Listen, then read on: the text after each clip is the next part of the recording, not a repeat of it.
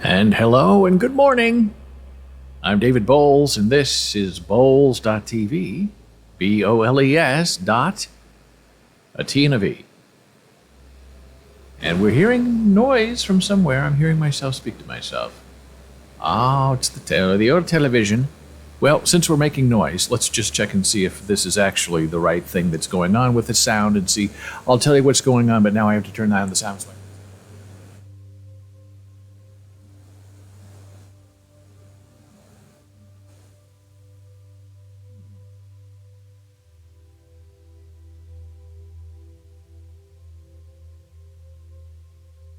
I'm not exactly sure if that worked the way I wanted it to work. So now I'm going to do it again. Testing 1, 2, 3, 4, 5.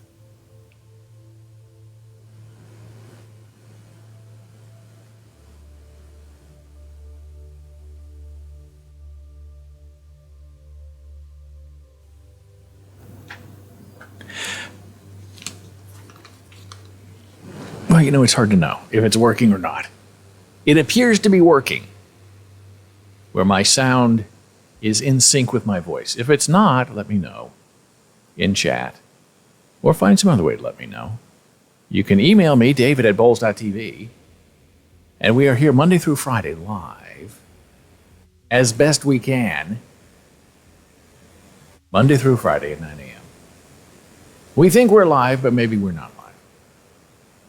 So we had an interesting, and some might say challenging, I'm turning up the sound a little bit, weekend, trying to figure out what was going on with our live setup. And our biggest problem is Windows 11. It's giving us some trouble because we are upgrading, if that's the right term, from iMac to Windows 11. And maybe we should have gone to Windows 10 because more things seem to work on 10 than 11. I don't know why. I don't know what the difference is between 10 and 11. But it seems there's a difference in functionality and if things are working out. So we have been working to figure out our audio, which I think we have sort of fixed. Maybe we need a new microphone. I don't know. Well, now our issue is camera. And cameras are very glitchy things, especially when they're webcams, because they don't always behave as you expect them to behave. And they come right out of the box and you plug them in and pretty much they work as you expect them to work.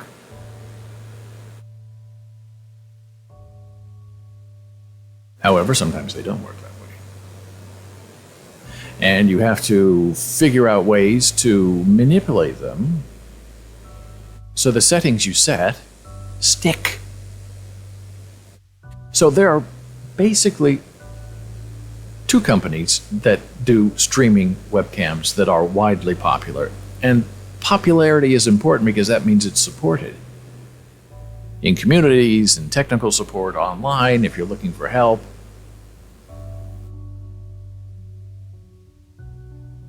The more people using the equipment, the better the resources are for finding out.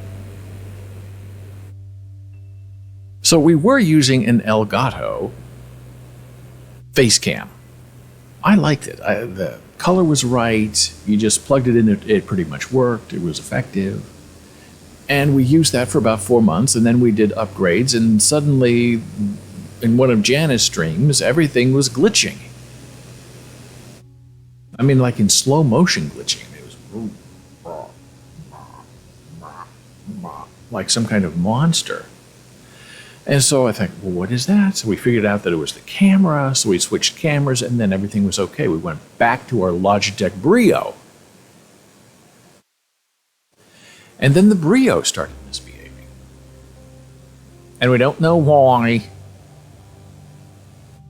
So then you find the Logitech G-Hub software to control the look and feel of how the camera behaves, because we've learned that if the auto balance is set or the autofocus is set, then things glitch out of tune, and it's not good, especially when you're signing, because the autofocus is trying to follow this hand and then this hand and this hand, so the whole thing's glitching. And you can turn that off in proprietary software from Logitech. And I have learned the hard way that if you want things to really run on Windows 10, 11, whatever, you have to run it as an administrator. Whatever that means, I don't know what it means, but now I know what it means because I just do it. I don't know what it does, but I'm doing it. And then you find out that the Logitech G-Hub software, when it is updated, does not run on Windows 11. You can't set functionality, you can't change color depth, you can't do any of it. It's all frozen. Running as an administrator, same thing, doesn't work. Oh. So Saturday, we were running with a standard setup on the Logitech Brio with Jana Marie. And then that night, we reestablished our base and did it all over again with the Elgato Facecam. Made a return, a stunning return. And the Elgato software and firmware is certified to work under Windows 11. Now that's big because Windows 11's been out for what, 4, 5, 6 months? And people are still complaining about it. They don't want to upgrade. Companies aren't supporting it, like Logitech. But Elgato, all of their hardware is Windows 11 supported in software that they provide. Glorious. So I fire up the Elgato software, reinstall,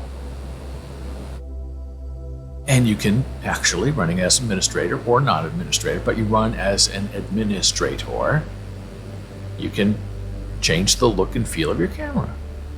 Boy, oh boy, that's good news, right? And then you save it, and then you open your streaming software, like OBS or Streamlabs OBS, and then you add in the new Elgato setup camera. And so far, it looks like the settings are sticking. So you can see a little more definition in my beautiful, ugly face. You can see that it's a little, I call it richer, some people might call it darker background behind me, which I think is good because we turned off autofocus, we turned off auto bright, we turned off everything auto. And we set it all by hand. But if you lose those handmade settings, well, then you get to redo it. And that's a problem. Nobody wants to do that. And I was just reading in one of the Reddit groups, this guy who has the same exact setup I have. And when he turns off his machine at night, he turns it back on and everything's forgotten from the Elgato Facecam. So I just replied to him. I said, look, we're lucky that we have the same setup. We have the same camera. Logitech does not work under Windows 11, so forget it. You think you're going to go back to that, but it's not going to work. I said try not to turn off your machine at night, just put it in standby mode. And I said also make sure you're running your streaming software in admin mode, administrator mode, and make sure when you're running your Elgato software, you're running it as an admin. So we'll see if that solves this problem or not. I have no idea, but so far so good. We've been going 2 days with our current setup that works, that we seem to sort of like. The microphone seems to be okay. The camera appears to be good, except for this thing right here. We need to be a younger and prettier version. Jana Marie's not available today. And she looked great over the weekend. Just wonderful. The new camera setup with the Logitech or the Elgato cam with our autofocus off and all. She looked fantastic. Beautiful. Beautiful. So that was my weekend. We're still trying to get caught up after now 2 or 3 weeks of running this Windows 11 that is supposed to save us from ourselves and so far has only caused us repeated and ongoing trouble. But that's what you want out of life, right? Now let's briefly just chat about this terrible war in Ukraine. I just don't understand any of it. I never understood any of it. My friends and associates don't understand it either. And now they're talking about peace talks. And I'm saying, peace talks for what? The only thing the Ukraine should be saying to Russia is, get out and pay for all the damage you did and never come back. And Russia's saying, well, maybe we'll leave if you give us your shoes and your coat and all of your clothes, and then you promise never to get clothes again. They want this part, they want guarantees no NATO, they want guarantees you will not militarize yourself. It's like, well, who are you? It's just ridiculous. You come and start a war with Ukraine, and you're the one who starts demanding how you're going to resolve it? This was supposed to be over in 3 days. It's been going on for 2 weeks now. And I guess everyone's scared of the madman Putin and what he might do, but you can't be scared of him because what he's doing is wrong, and he doesn't care if he does the right thing. He's just going to keep doing what he wants to do. Like it or not, take it or leave it. Well, I'll leave it. I'm not interested. So I hope Ukraine doesn't make a decision that they regret by giving up too much. I guess we'll find out.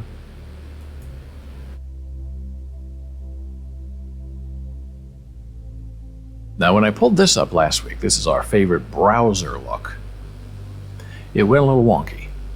And I don't know if it's Windows 11. I don't know if it's just my screen was too big. I don't know if it was because my browser screen was too big, but the whole thing was glitchy, looking very ugly. So we're trying to get everybody a little smaller in our own little box today, and we'll see what happens. So how is Ethereum doing today? Well, pretty darn good. Last week we averaged about 2,500 for Ethereum. And now it's almost back to its, what I call stable norm, $3,000 US. Bitcoin is up too, 41 thou for one Bitcoin. Ooh, that's good. Last week it was like 38, so it's making good gains too. So all of that is really, really good for creators.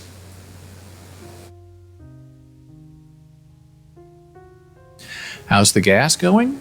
Wow, look at that.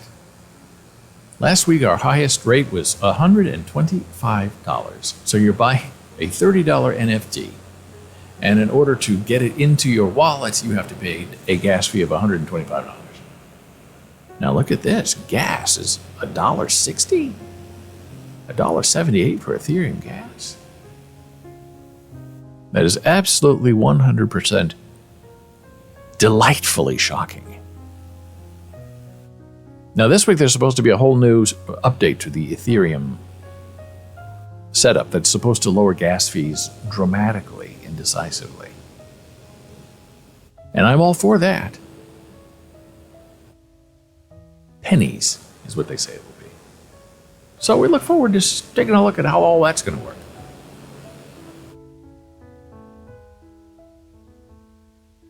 Now here's an NFT story that's really very interesting.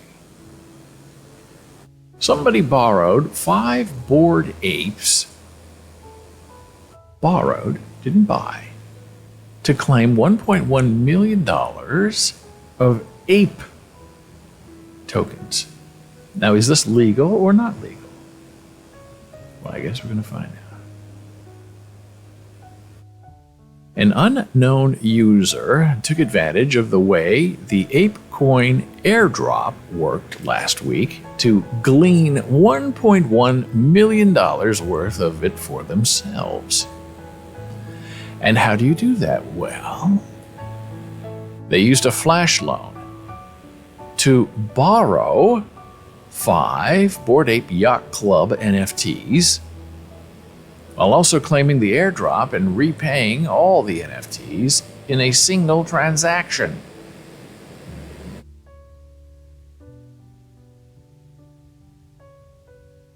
Yesterday, Yuga Labs, the creators of the Bored Ape Yacht Club, BAYC, airdropped ApeCoin to anyone who owns one of their NFTs. The team allocated 150 million tokens, or 15% of the total ape coin supply, to holders of Bored Ape Yacht Club and Mutant Ape Yacht Club collections, amounting to a staggering value of more than $800 million.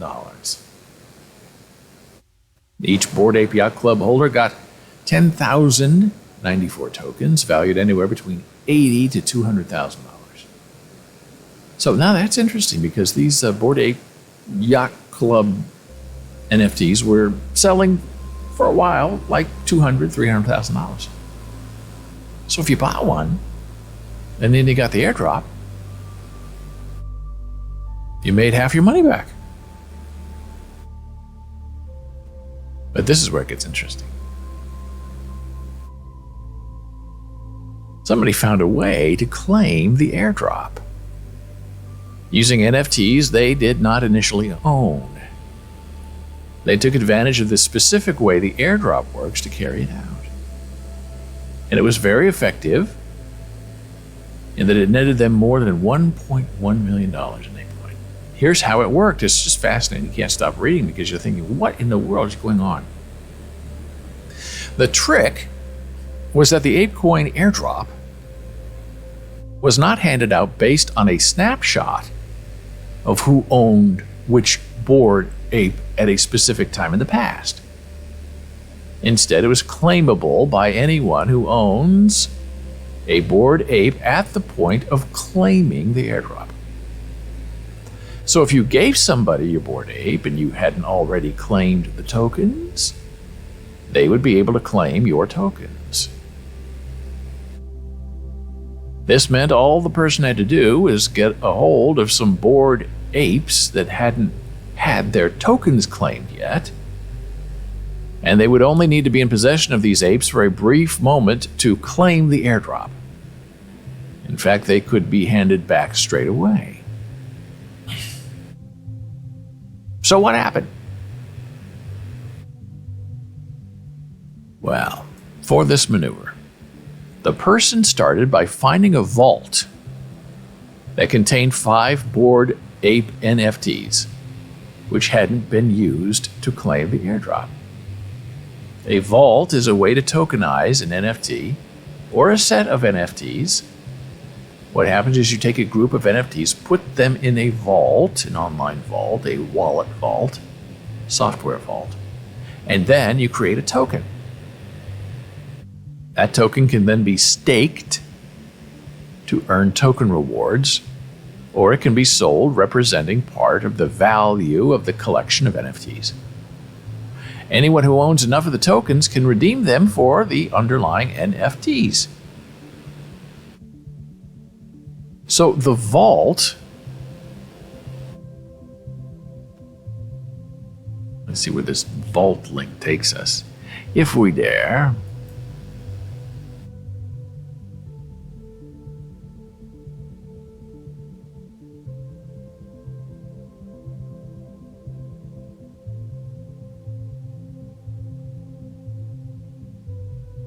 So there are 6 Bored Apes in there. Okay, fascinating.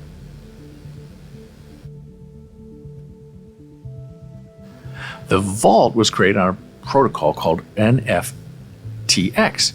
It contained 5 Bored Apes worth about 500 Ethereum, $1.4 million, based on current floor price. Since the NFTs were locked up in the vault and not controlled by any one party, nobody had used them to claim the airdrop. The person wanted to unlock the NFTs to use them to claim the airdrop, but they didn't want to buy them outright, right? Who has $1.4 million? Something that would be expensive to do. So this is where it gets really complicated and really interesting. And this is where, as we say, the criminal mind is really so much more interesting and more productive than the leisure mind. Because the evil mind finds ways to get into things that you're not supposed to get into. And they do it very well. So these evil minds used a flash loan, a tool commonly used for large DeFi hacks to carry out this plan. Flash loans are a way to borrow large amounts of crypto at low cost, on the basis that the crypto is repaid in the same transaction, in the same block, meaning that the funds are never at risk of being not repaid. So you take $1 million over here in the same transaction to buy something over here in the same transaction, and then you send it all back in the same transaction. So for a millisecond, you are, quote, the owner of something until you are not. And it's in that one moment of, hey, I'm the owner, that you're able to steal $1.1 million. So in this case, they bought a Bored Ape on NFT Marketplace, OpenSea, for under $300,000 and used it as collateral to take out the flash loan. The flash loan was then used to purchase a large amount of the Vault's token, letting them redeem the 5 NFTs. The NFTs were used to claim the airdrop. All in this one complex transaction, before all of them were then returned and the tokens sold back and the loan repaid. So in that process of going from here to here to here in one transaction, they managed to claim an airdrop of 60,000 ApeCoin. They then sold those tokens on the decentralized exchange Uniswap for 399 Ethereum, $1.1 million. After they sold back the original Bored Ape NFT that was used as collateral to the same NFTX vault. Now this took strategery and planning. Even though many social media commentators hailed the incident as an innovative arbitrage trade, security firm BlockSec team disagreed. It labeled this as an attack that exploited an issue in the airdropping claiming mechanism. BlockSec told The Block that based on its analysis, the user likely took advantage of a vulnerability in yesterday's airdrop event. We think it's an attack, as the airdrop mechanism has a vulnerability. The airdrop claim depended on the spot state, whether a user held the NFT at that time of claim, and the attacker exploited this vulnerability for profit. And one way this whole mess could have been avoided is if the airdrop had taken into account how long a person owned the NFT before the reward could be claimed. Since Yuga Labs did not take a snapshot, a method that's common for most airdrops, it meant that anyone could buy the NFT in real time and claim it. This is likely the primary reason why the Bored Ape Yacht Club sales spiked so soon after the airdrop announcement. So somebody got away with a $1.1 million scam. But the question is, was it a scam or not a scam? Some people say it's very clever. It's just playing the game. That's how you get ahead. You go out there and you look things up and you figure things out and you calculate them and you find a loophole and you take advantage of it. And there are others who do not believe in that kind of thing. There are others who think, well, that's just not appropriate or moral.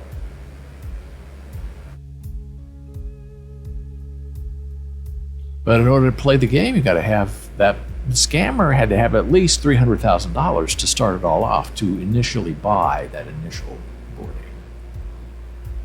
And then all the flash loan stuff was working. So this is a person who had money, legally or illegally, and was able to execute in a series of one transaction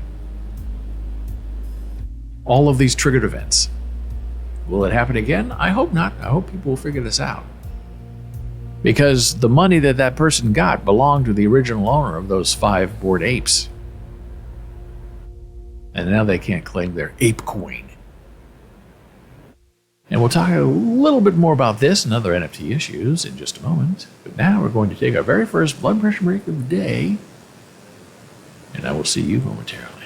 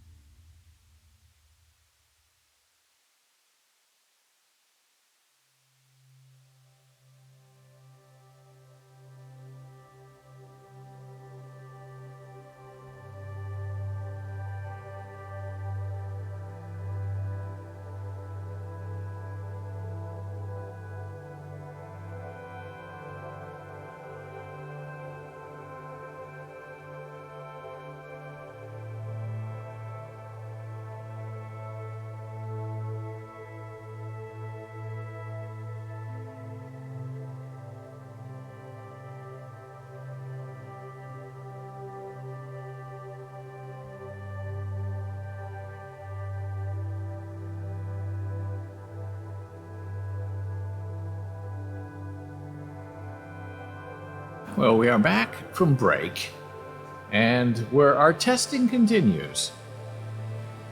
And every time we go to our intermission screen, for some reason, everything just collapses in a frames per second way. It just doesn't want to work.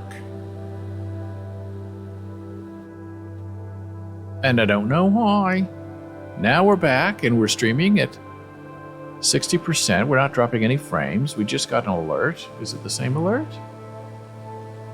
26% dropped frames a few seconds ago. So we shall see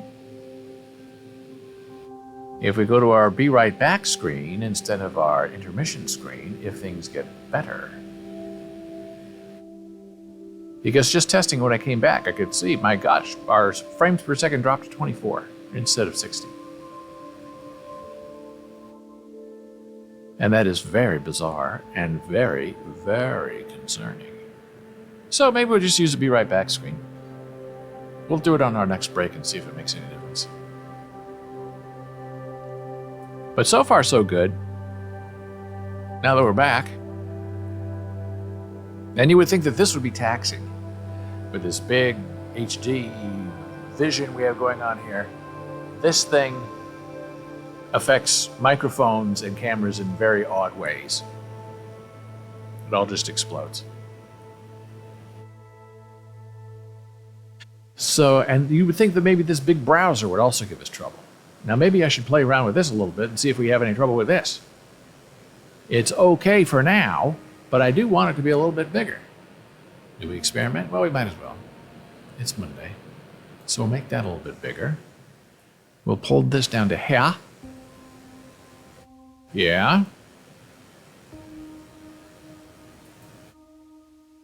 And the ugly old boy, we bring this way and that away. And we'll see if we start glitching or if we start tearing or if any other ugly, odd things start happening. But there was a way we had this sort of stretched where it all worked better. Now we have to test things. That's okay, we'll test.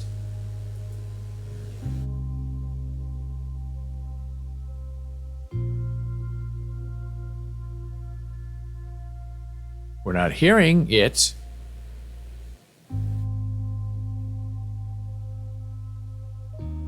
I am not hearing it. I guess we're seeing it, but we're not hearing it. Are we hearing it?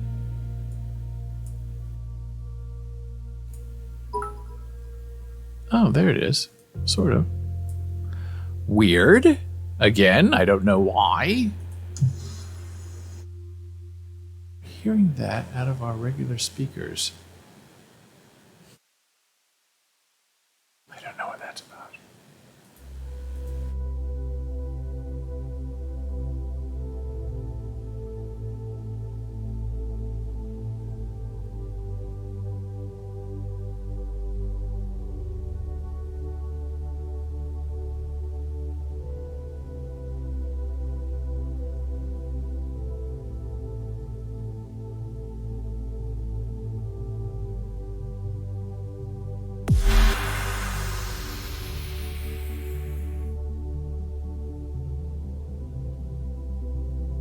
Oh well, I have no idea what's going on with it.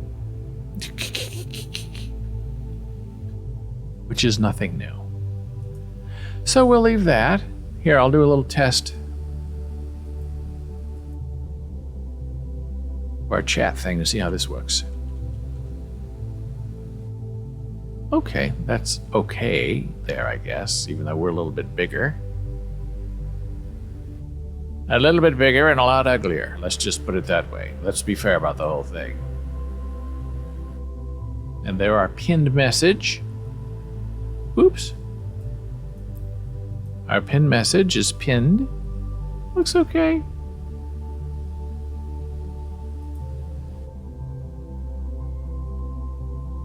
So let's see, are we still getting errors? 2 minutes ago, script frames detected 27%. 2 minutes ago.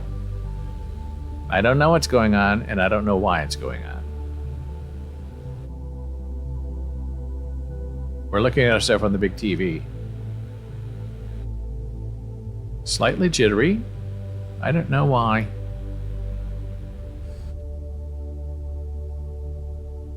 Maybe we should go back to our smaller size.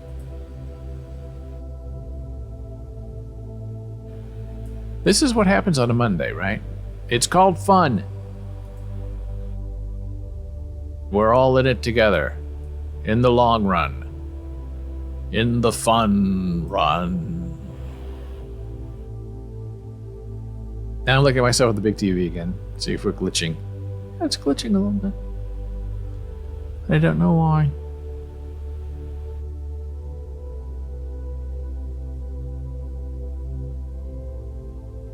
Throbbing. Weird.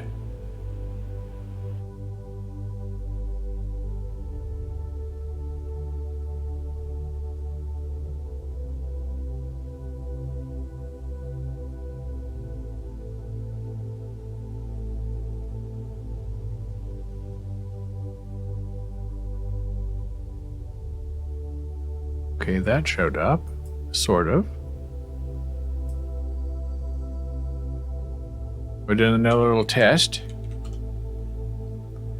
There's Big J. Does it look better like this?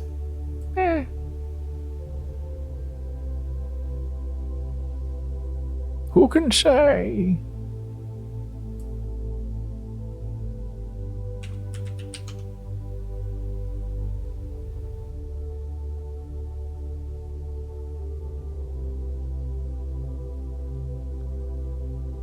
This is part of the fun of testing. None of it makes any sense. We're just here working to try to make sense of it all. Are we still glitching? Yeah, the whole thing's kind of bouncing back and forth.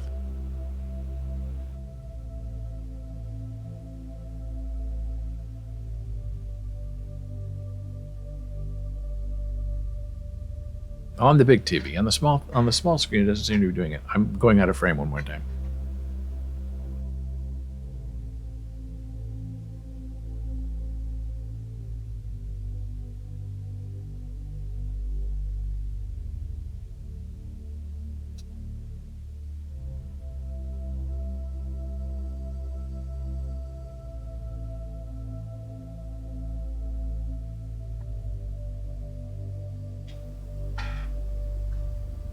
It's hard to know with technology.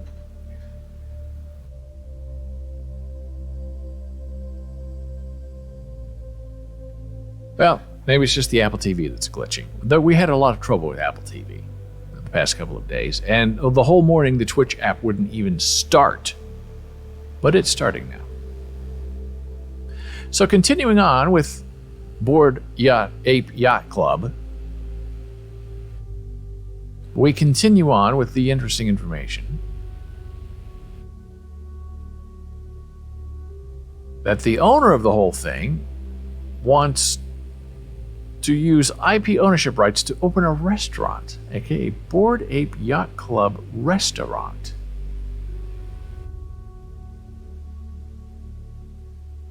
According to reports, Los Angeles restaurateur Andy Nguyen is now planning to open up the very first restaurant, based on the Bored Ape Yacht Club.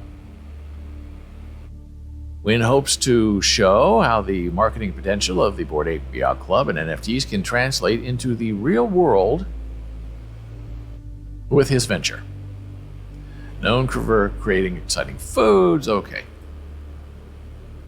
Dubbed Bored and Hungry, the Bored Ape Yacht Club restaurant will launch as a pop-up April 9 in Long Beach, California. The Smash Burger concept will feature a packaging and employee uniforms emblazoned with Bored Ape Yacht Club imagery. The menu at Bored Ape Yacht Club Hungry will be based around the Trill Burger, a multi-patty smash burger with caramelized onions and a special sauce. The reason I did this was to make a statement to the public, just letting them know that this JPEG could be utilized to turn into a brand and an ecosystem for the restaurant world. Bored Ape Yacht Club holders are invited to the opening of Bored and Hungry with a variety of merch. Web3 and NFT-related surprises are planned.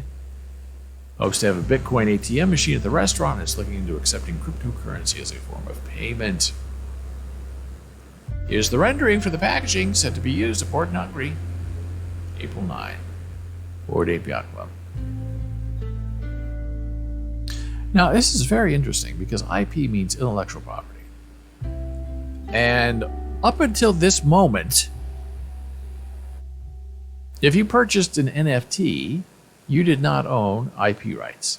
The creator owned those rights. You were just owning the picture that belonged to you, in the sense that when you buy a CD of a music album, that the CD, physical CD, belongs to you, but the rights to the songs and everything, the IP, remain with the creator. And then there's been sort of a move lately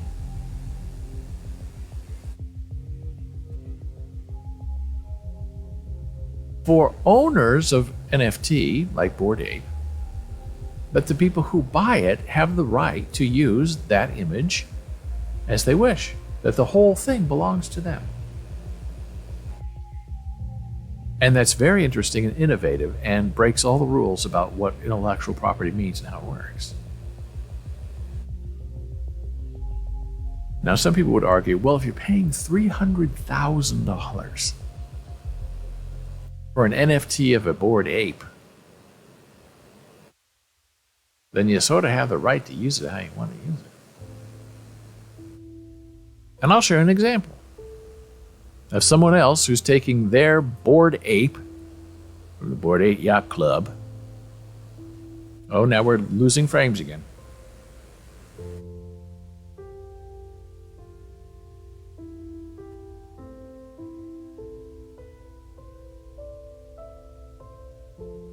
I'm not sure if it's because we are changing scenes or what, but it's a little disconcerting.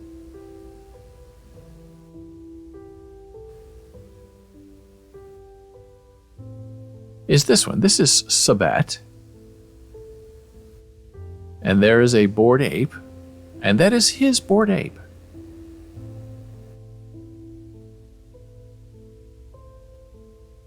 And then he redrew his ape.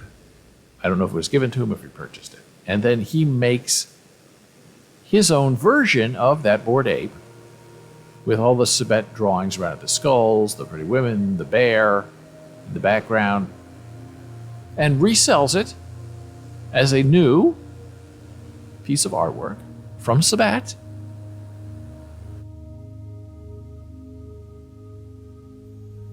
And this is how he earns his money.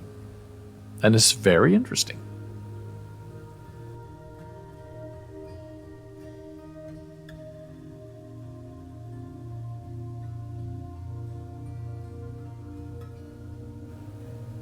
And even more Bored Ape Yacht Club news. This is supposed to be about NFTs, but all the weekend was raging about Bored Ape Yacht Club and what they're doing. So if they're the big bosses, we got to stop and talk about what they're doing because it's very interesting. Yuga Labs, creator of the Bored Ape Yacht Club NFT collection, dropped a teaser trailer for a new project called Other Side. The teaser doesn't explicitly state what Other Side is, but recent hints, as well as details contained in a report by the Block's Ryan Weeks, strongly suggest that Other Side will focus on the cultural, gaming, and commerce invoked during this week's announcement of ApeCoin. The teaser tweet indicates that the project will feature the use of ApeCoin. See you on the other side. The teaser features examples from NFT collections such as Mutant Apes, CryptoPunks, and Meebits, the later of which were at the center of an IP acquisition deal between Yuga Labs and Larva Labs. So maybe we can take a look at this, but if the sound is off, we'll see if we can sound. Oh, we'll turn off the sound. So this is what we're seeing on the other side. And the thinking seems to be that the Bored Ape Yacht Club wants to kind of create its own metaverse where you want to buy an ape, you want to buy a drink, you want to go to a big party, you want to watch a TV show. You can do it all, but you have to pay for it in ape coin. So that's how they sustain the whole notion of the Bored Ape Yacht Club beyond just paying $300,000, because you pay once and you're done. Then what do? Well, then you go to a club, then you go to a movie, then you're in a TV show, you have dance songs, you have food and drink you can purchase in real life, and it's all for you if you purchase enough ape coin. And that's how the money keeps flowing, and they keep generating new sources of income.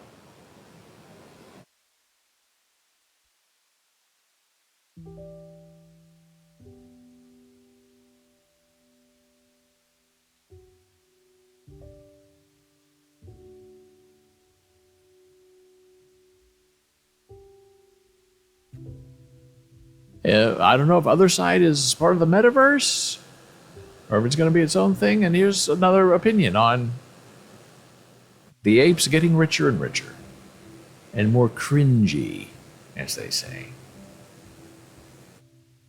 Well, it pays to be a bored ape, with free ape tokens and more rewards to come. But the ape universe is also a little embarrassing. It has fueled NFT hate.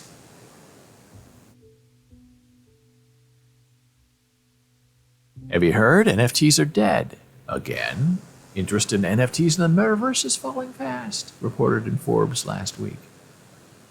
And all of that was before ApeCoin launched this week as the latest financial reward for members of the Bored Ape Yacht Club. The token bears the Bored Ape logo, and owners of Bored Ape NFT and Mutant Ape NFT were able to claim thousands of free ape and Yuga labs. It's more decentralized theater, but only for members of the Bored Ape Yacht Club. For them, it's all gravy. The benefits keep coming.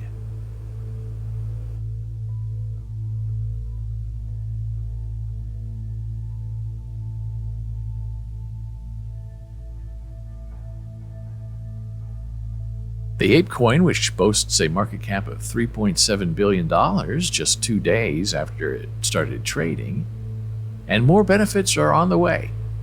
Late on Friday night, Yuga Labs dropped a 90-second animated teaser for Other Side, which we just watched, a virtual realm, seems like a game, that shows bored apes, mutant apes, CryptoPunks, cool cats, Meebits, nouns, cryptodes, and World of Women NFTs hanging out in space. All of this is sure to make sure the prices of these NFTs go up even more. Whether anyone will want to play such a game or hang out in such a realm is beside the point. For the NFT holders, numbers go up. But all of this is a little embarrassing, isn't it? And they show the trailer we just watched. There's only so much time you can spend trying to explain to NFT skeptics that it's not just a status symbol for the internet rich. That NFTs function as membership passes to an online community. The explanation falls short for many reasonable people when they see headlines that Justin Bieber paid $1.3 million for a JPEG of a cartoon crying ape that he didn't even buy. Or when they watch the cringe-worthy clip of Jimmy Fallon and Paris Hilton holding up cardboard printouts of their apes, suggesting their apes would be friends. It is getting just to be a little too much. Because if you don't have a bored ape, then you don't belong in the NFT world. That's kind of what people are saying. NFTs are fascinating. We'll have a myriad of use cases, including uses we can't yet foresee. But I also blame Bored Apes for most of the NFT vitriol out there. And I don't fault people who want to point to Bored Apes and conclude that NFTs are stupid. Those people aren't reading about art blocks and the rise of generative art or how they function as game pieces. As NFT spaces get bigger and louder and more impossible to ignore, the people turned off by all of it are going to get even more turned off. And that group might expand to include people who were early to crypto and who believe in the tech but want nothing to do with the ape universe.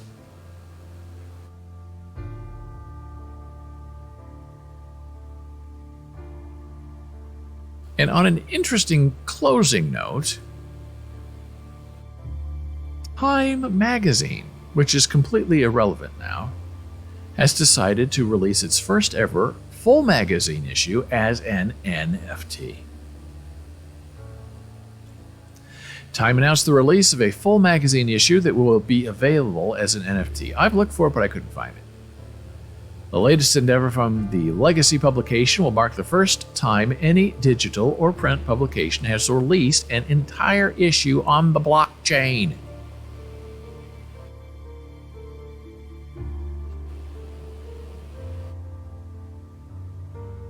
The NFT was created in a partnership and will be airdropped to select timepiece holders and Genesis Lit community wallet holders. The issue will be hosted through a decentralized protocol that will allow holders to read the magazine in its entirety as an interactive NFT. That will be very interesting to see because I don't know how you work on a size problem because most NFTs are that big.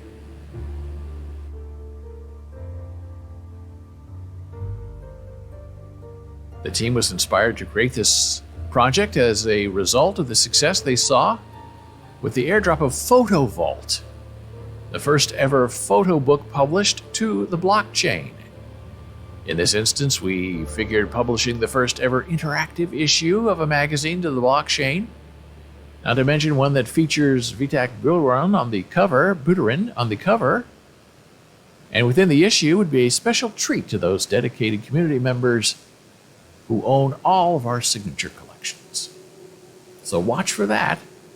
It's coming for you, Time Magazine, in an NFT version. And now we're going to take our next break and we're going to use our Be Right Back screen to see how this does, what this does to our frames per second load. Back in a moment.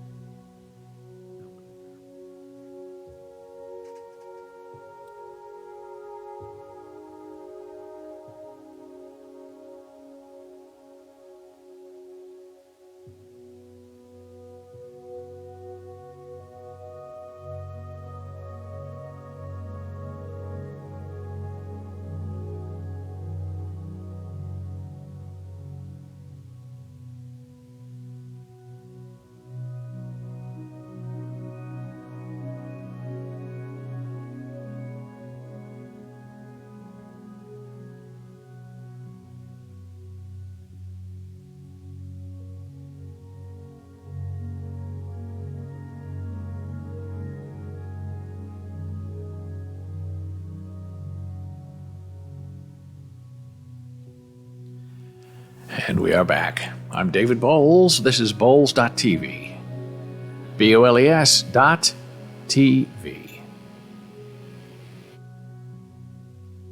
And I'm checking our skipped frames and if we're twitching and how we're looking and who knows? I'll keep working on it for the rest of the day. I'm sure I'll keep working on it for the rest of the day. But it seemed like using the Be Right Back screen worked better than the intermission screen. So I guess we'll just keep trying and figure this out. It has been a little challenging, though.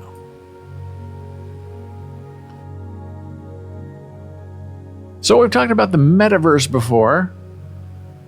And the Metaverse updates security in its Metaverse following sexual harassment allegations. And we've discussed that a lot in the past because it's just fascinating that you go into a new world and there's no police force, there's no EMT, there's no court system.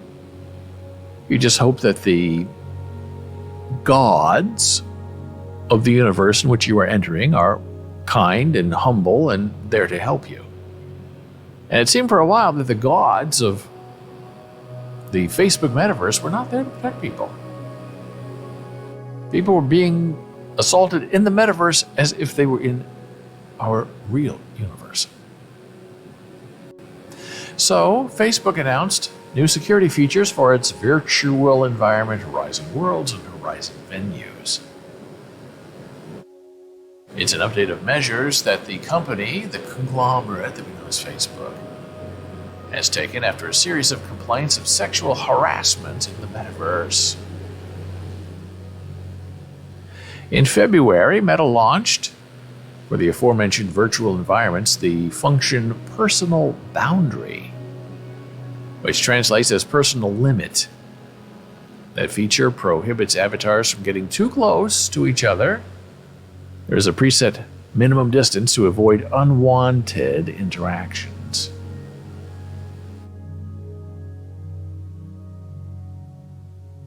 Meta injects changes into this function of personal space. It is now possible to set a personal limit. When the option launched, it couldn't be turned off. And in response to community feedback, the users gained more control over the features with 3 alternatives to decide who can approach you in the Metaverse. First, enabled for non-friends. It is the one that is established by default. It prevents anyone who is not on your friends list from being able to get too close to you. Good thing. Activated for all, this restriction applies to any avatar, even if they are not in your friends list. And finally, disabled. Now the users of the Meta Horizon platforms can turn off that bubble that does not allow approaches in virtual spaces. In practice, this option allows you to use the system as it was before the release of the personal boundary. Meta said these new options will allow friends to high-five and meet for the first time or take selfies together. At the beginning of the year, Facebook announced its change in identity and its full commitment to the Metaverse.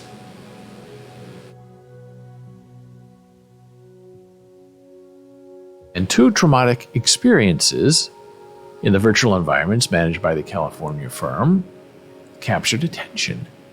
One of the cases was that of Nina Jane Patel, a psychotherapist who recounted the surreal nightmare she experienced at Horizon Venues. Within 60 seconds of joining, I was verbally and sexually harassed by 3 or 4 male avatars with male voices. They virtually gang raped my avatar, noting that she had a similar reaction to what she would have experienced in the real world. According to her complaint, there was a similar expression that the columnist for Bloomberg, Patty Olson, narrated in a network program for BBC. She recounted that she went through an experience in the world that She would not qualify as bullying, but she said it was creepy. I had some moments where I was uncomfortable. For me as a woman, I could see right away that she was the only woman, the only female avatar. These men surrounded me and watched me in silence in virtual reality. If someone is close, then the voice sounds if someone is literally speaking in your ear. And she took me by surprise. I was talking to another woman, and a few minutes after we chatted, a guy came up and started talking to us and kept saying inappropriate things, so we had to block him. I've heard of other women who've had similar experiences.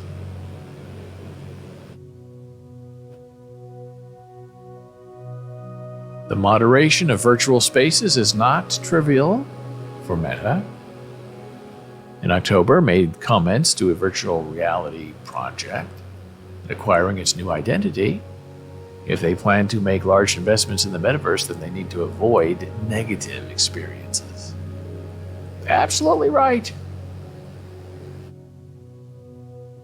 And in other NFT news, Mark Zuckerberg says NFTs are coming to Instagram. Now that's interesting. On Twitter, you can have an NFT profile pic, which is kind of fun to have.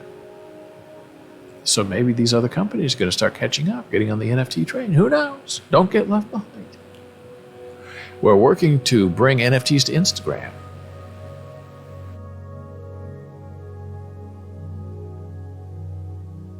Zuckerberg says, hopefully in the coming months, Instagram members will be able to mint their own non-fungible tokens within the app. Now that's interesting. And then they're going to sell them?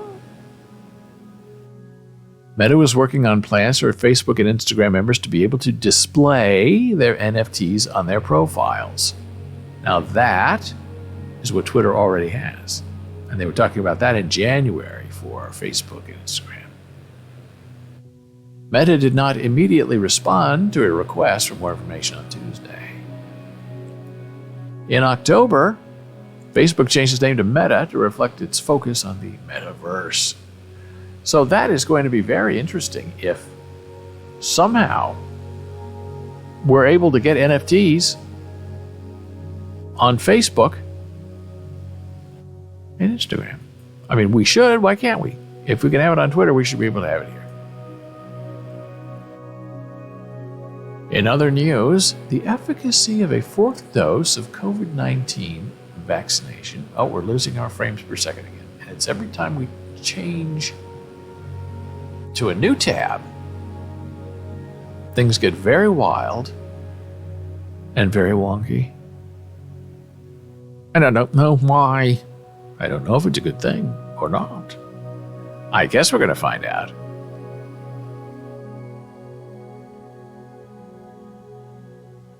I'm now waiting to see if our frames per second will catch up. We're at 20 right now instead of 64, instead of 60.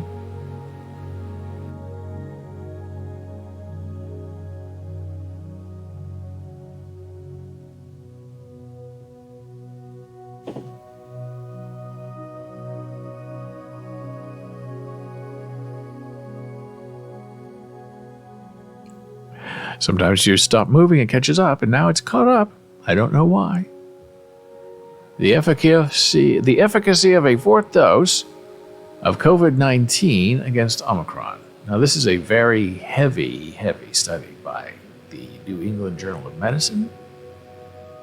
And we're going to look and see what the conclusion is. Oh, and here's the conclusion. And we'll try to work it through this together. But this is the insider data of what's actually going on and what's probably going to become policy before we know it.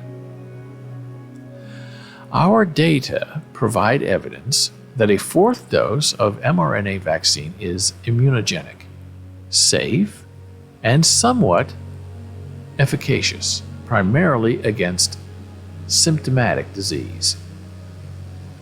A comparison of the initial response to the fourth dose with the peak response to a third dose did not show substantial differences in humoral response or in levels of Omicron-specific neutralizing antibodies. along with previous data showing the superiority of a third dose to a second dose, our results suggest that maximal immunogenicity of mRNA vaccines is achieved after 3 doses, and that antibody levels can be restored by a 4th dose. Furthermore, we observed low vaccine efficacy against infections in healthcare workers, as well as relatively high viral loads, suggesting that those who were infected were infectious. Thus, a 4th vaccination of healthy, young healthcare workers may have only marginal benefits. Older and vulnerable populations were not obsessed. So there you go. Do you get a 4th shot or not? It seems to be in limbo. It seems to not make that much difference, especially if you work in healthcare. If you're older and fragile and feeble, maybe you should get one. Or wait for a specific Omicron variant vaccination to become available. But people are still getting it. That's the problem. People are still getting infected. And you read stories about friends and families, and they're having a hard time. Even though they're fully vaxxed and boosted,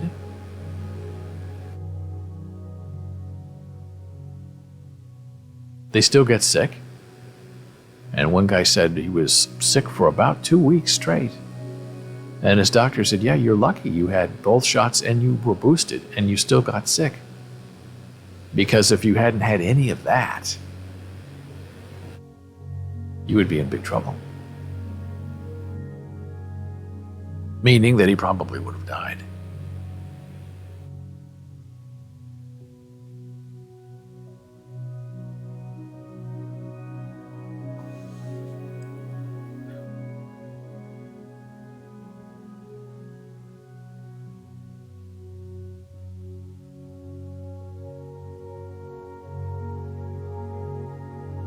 Well, you remember we read about some COVID toes during the breakout of coronavirus.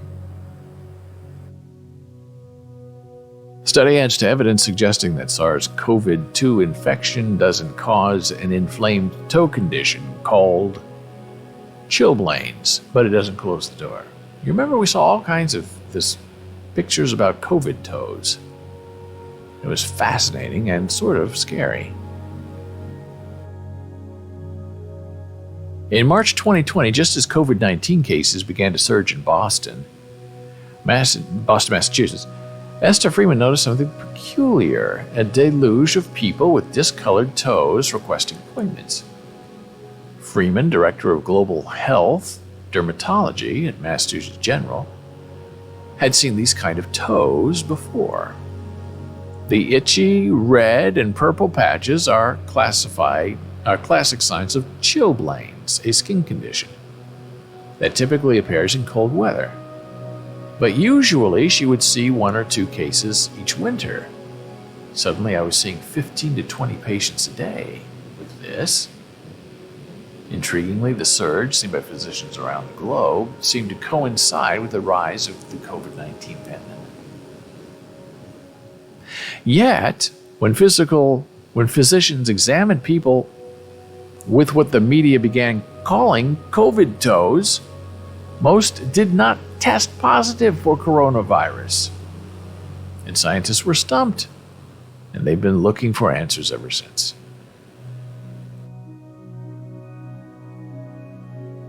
The latest study, published on 25 February, is an immunological deep dive, examining 21 people who developed chilblains during the early months of the pandemic in Connecticut. Although the results didn't rule out a direct connection between COVID-19 and chilblains, the authors couldn't find any immunological evidence of a past SARS-CoV-2 infection in 19 of those people. The report adds to the argument by some researchers that COVID toe could have been caused by something unrelated to the virus. For example, it might have arisen from people in lockdown, being at home, not wearing shoes and socks. Still, results raise some very interesting questions that deserve further study. A first-line defense that would not prompt the body to produce detectable antibodies and T cells against SARS-CoV-2, for now, the mystery remains. Because chilblains are cold weather-related anomalies. So they're trying to figure out how that translates into COVID toe, but maybe it had nothing to do with COVID at all.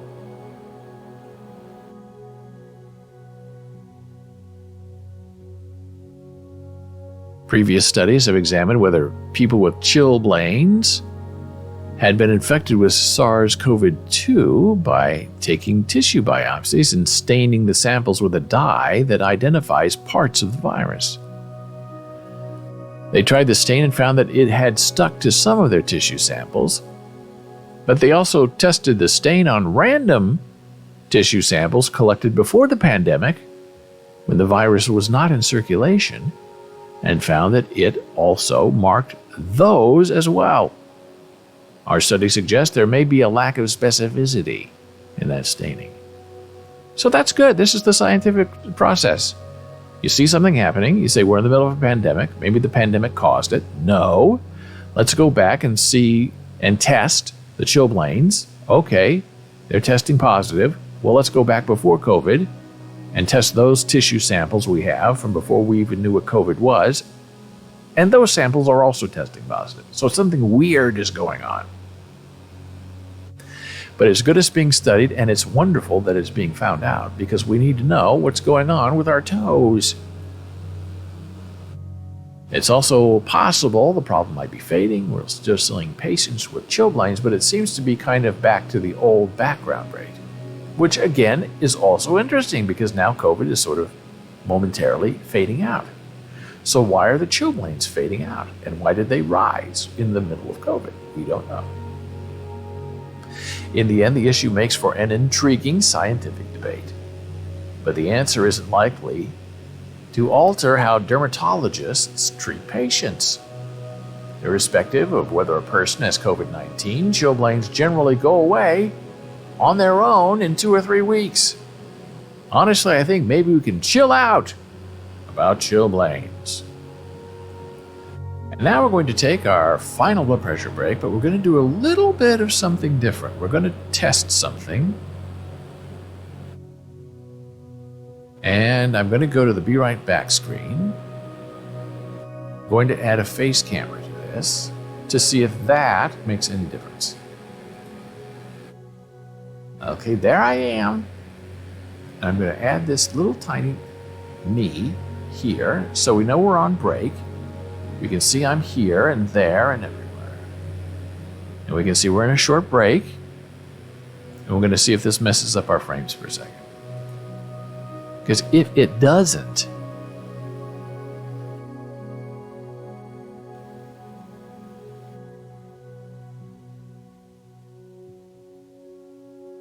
then we know it's something weird going on with that intermission screen. Because this is right now is our de facto intermission screen. And we'll see what happens. Right now, it looks fine. But that doesn't mean anything. Right? Yeah. Oh boy. Back in a moment.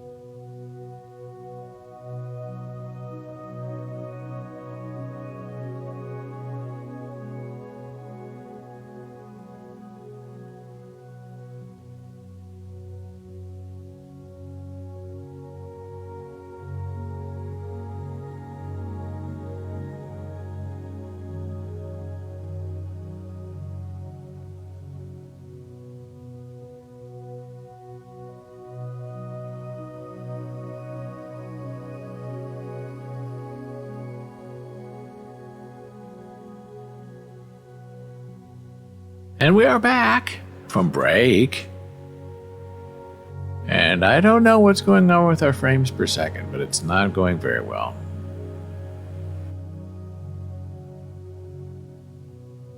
We dropped a lot of frames during that break. I wonder if it's the animation on our bumpers. I don't know what's going on. And I can't say I'm liking it very much. But we'll see if we can get some help today and figure out what's going on, because now our frames per second are back and doing better. But now we're going to do something totally awesome, and we're going to play a little bit of chess. So I now fully anticipate that as we start this, our frames per second are going to drop precipitously. And I don't know why.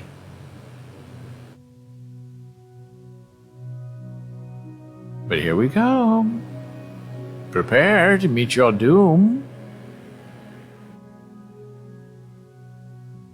This is Chessable, the bane of my existence, as it tries to teach me how to properly play a game of chess. Now, as you know, if you're a big fan of this live stream,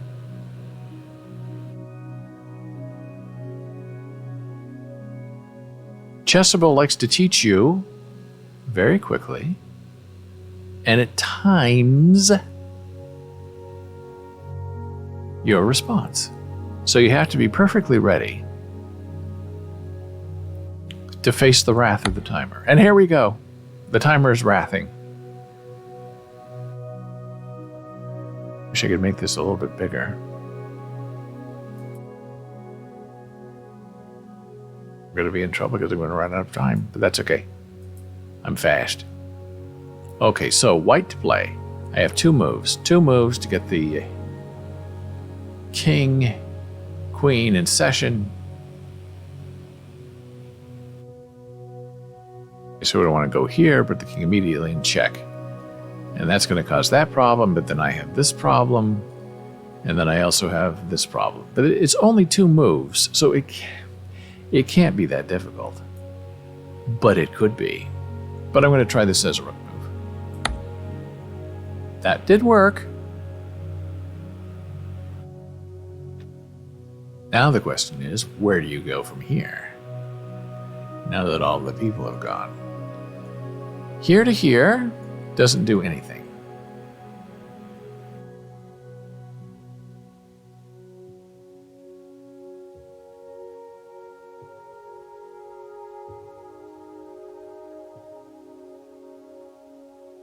Here to here puts the king in check. And then the king takes. And then what are you going to do, laddies? Then I guess you go here? And that would fix it, I guess. So I think that's probably the answer, but that would be three moves, but maybe they'll stop before I have to go to my third move of my queen. I don't know. And I don't think it's a queen move, so I'll just do this.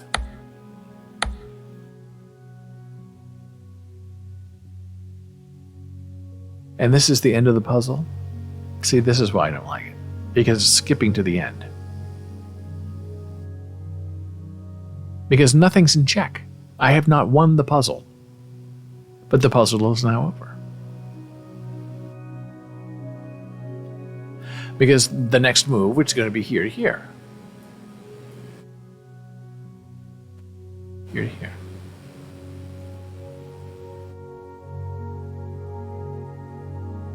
But nothing's in check right now. So they're going to make me make the move. Because that's how this puzzle works. Come on now. Come on now. I don't think that was a fair puzzle. I'll tell you. And I'm nobody. What do I know? Well, we can be daring and go for a harder puzzle. This is a puzzle solved in 5 moves, which is a lot of moves. But I'll try it. I'm playing white.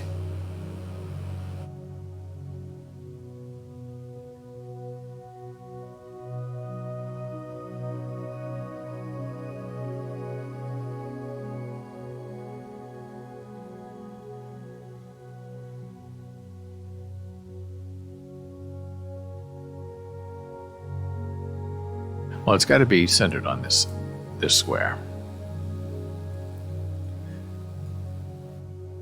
And they love a queen sacrifice. So queen takes.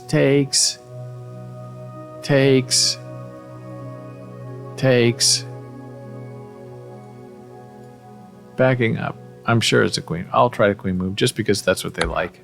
Nope. Oh my gosh. And now he's going to take my queen. Okay. What choice do I have? Move one. Yeah.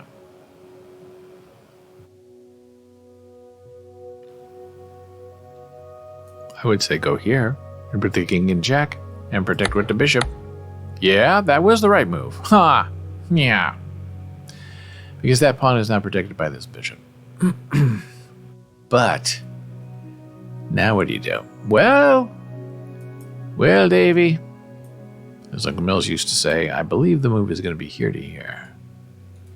It puts the king in check, and then the king has to run probably here. And then what are you going to do? I don't know, but I'll worry about it when I get there. No, the king can't go there because my pawn is here. So the king is going to go that way. That's okay. So I think that has to be the move. I'm going to move it before I run out of time. Okay, that was the move. Now.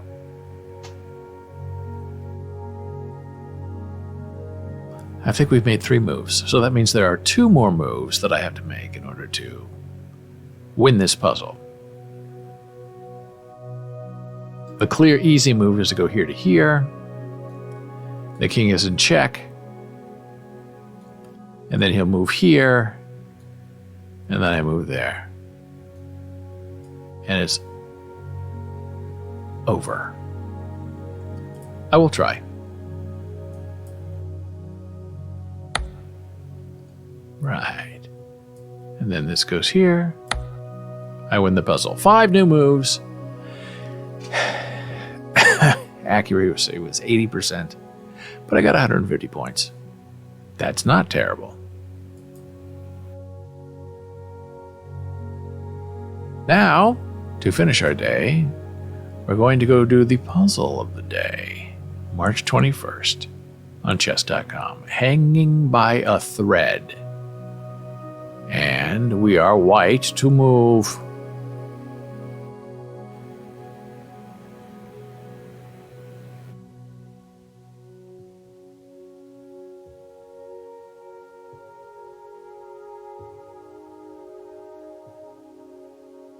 Now this puzzle is not timed, so we could take all day and do this.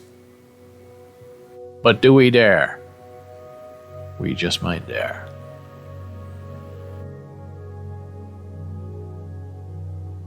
I don't want to move it, I just want to talk about it. So this goes here, puts the king in check. Then what?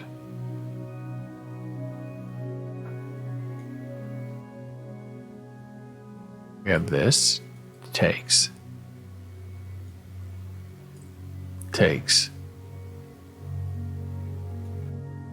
Takes. And then where are we? Oh, we're nowhere.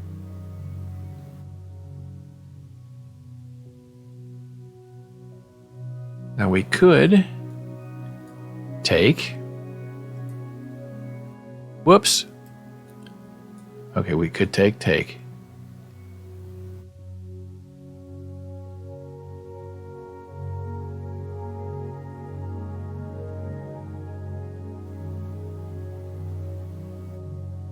That could be interesting. I have a feeling that's what it is. They love it when you sacrifice your queen. Oh! I'll see if it was this move. Yes! But now what? I do this? Oh my goodness, it was. Now what though? Now I'm in big trouble. Oh, now I take the queen. Oh. You have to see the whole board, laddie. You have to see the whole board. And that's the lesson today. I didn't see the whole board, and it came back and bit me. Wake up. I guess that's the fun of chess, right? And one of the big online streamers, XQC, said he's not playing chess anymore because you can't beat the computers. It's all a computerized game. And I didn't play for about 42 years. Seriously, and now I'm back at it for almost a year, and I agree with him. It's taken all the fun out of it. I mean, it's a great way to train, but you just realize very quickly that you will never be as smart as a computer. And even the top chess players in the world cannot beat the best chess engine running at full speed. It's impossible. So where's the fun in that? You try to make your way in the world and you keep getting shot down by a computer. Yeah, the machines will do the work until the machines come for you. And then there's no work to be done, except the eating of your own soul and brain. And with that, I thank you so much for joining us today. We are Boles.tv, BOLES.tv. You can email me, David, at Boles.tv. You can email Jan Marie with any questions you have about American Sign Language disability, Jana at Boles.tv. On Twitter, you can super follow us now, at David Boles. On Facebook, we are just BOLES, Boles, that's our business page. On Instagram, we are Boles Books. TikTok, Boles TV. And if you're interested in joining our Discord server, I will give you the link immediatamente. So until tomorrow at 9 a.m., I wish you well. I hope you sleep well, wake up good, and have a nice nap. And may your soul be filled with joy and trembling at the prospects of your life. I'll see you tomorrow.